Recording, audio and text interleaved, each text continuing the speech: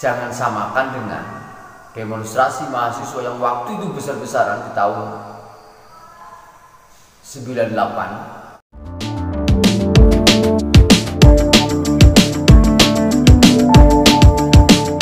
Assalamualaikum warahmatullahi wabarakatuh. Salam NKRI harga mati. Gini, siapa yang akan menyalahkan ekspresi seorang mahasiswa demo? Nggak ada. Demo itu prestasi juga. Ya paling tidak demo itu bagian dari bukti bahwa negara kita memang negara demokrasi, sehingga apapun pendapat, menyampaikan pendapat di publik itu bebas. Tapi gini lah, saya akan menyampaikan kepada anak-anak atau adik-adik mahasiswa ini, karena ternyata anak saya sudah semester 6. Demo yang sekarang lagi menghangat yang direncanakan tanggal 11 April ini, bahkan ada yang ngomong tanggal berapa itu simpang siur, itu kehilangan isu. Itu aja. Demo yang tidak jelas tujuannya, demonstrasi yang sangat dangkal dan kering atas makna dan tujuan. Ingat itu. Jangan samakan dengan demonstrasi mahasiswa yang waktu itu besar-besaran di tahun 98. Itu beda bro, karena prosesnya panjang. Saya masih ingat, untuk gerakan demonstrasi 98 dengan isu tunggal, yaitu turunkan Soeharto waktu itu dimulai dari tahun 94. Itu aja udah mulai. Karena waktu itu bayangkan, ngomong ngeritik Soeharto aja wis langsung ditangkap, apalagi berani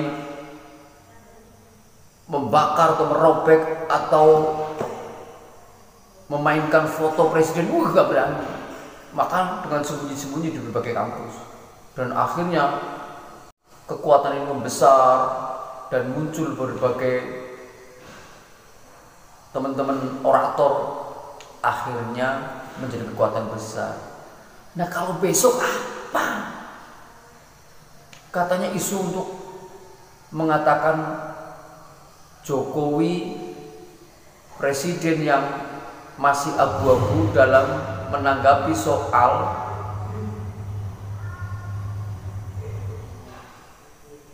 perpanjangan 3 periode atau penundaan pemilu. Harusnya mikir, presiden itu kan hanya eksekutif, masih ada 2 lagi, yaitu di legislatif terutama, yang menentukan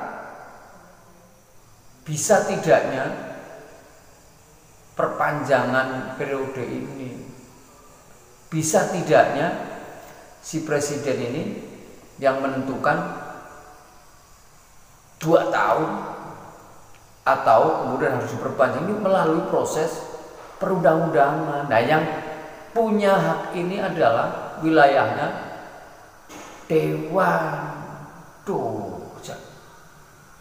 Sehingga kalau Pak Jokowi terakhir menyatakan bahwa kami akan taat undang-undang, ya benar. Jadi kalau tuntutannya adalah Jokowi supaya tegas menolak 3 periode, ya tegas. Tapi kalau kemudian si Dewan itu betul-betul terjadi perubahan undang-undang, nah ini berarti sasarannya bukan soal presidennya tapi soal Jokowinya. Dan ini berarti sudah kena penyakit kadrun, hanya soal tidak suka, hanya soal kebencian. Tuh, gimana sih?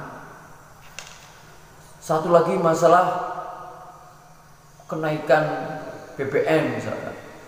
Duh, orang mikir mana itu kan yang BBM-nya naik itu memang khusus orang kaya itu, yang memang tidak ada subsidi maksudnya. Tapi Pertalite itu kan tidak naik karena itu masih subsidi. Berarti malah demo ini kok demo belani wong sugih, gua belani menengah ke atas. Pikir di situ lah, seneman-neman gue. Demo semangat mangkat malah orang genah tujuannya korban politik, korban kadrun itu namanya. Udahlah, kita masuk barisan bagaimana kita ingin bersama-sama untuk membangun bangsa ini. Ini memang lagi dalam proses kesulitan. Maka pemerintah sekarang lagi soal penyehatan ekonomi. Karena ini pasca pandemi dari COVID, si genah kena di sini. Ada si satu yang bagus itu misalkan soal menuntut tentang bagaimana agar presiden itu sesuai dengan janji-janji ketika kampanye. Bagus, dialogkan. Tujuannya ingin tahu jawabannya kenapa tidak sesuai dengan yang dinyatakan ketika proses kampanye. Ini kan tinggal komunikasi. Bukan asal demo, tapi justru ini 100% kepentingannya kadrun, orang yang ingin mengganti NKRI, ingin mengkoyak Pancasila, orang yang sudah kehilangan akal. Wes aja demo baik, udah kena di situ tujuannya, kuasai dulu apa tujuan demo. Assalamualaikum warahmatullahi wabarakatuh.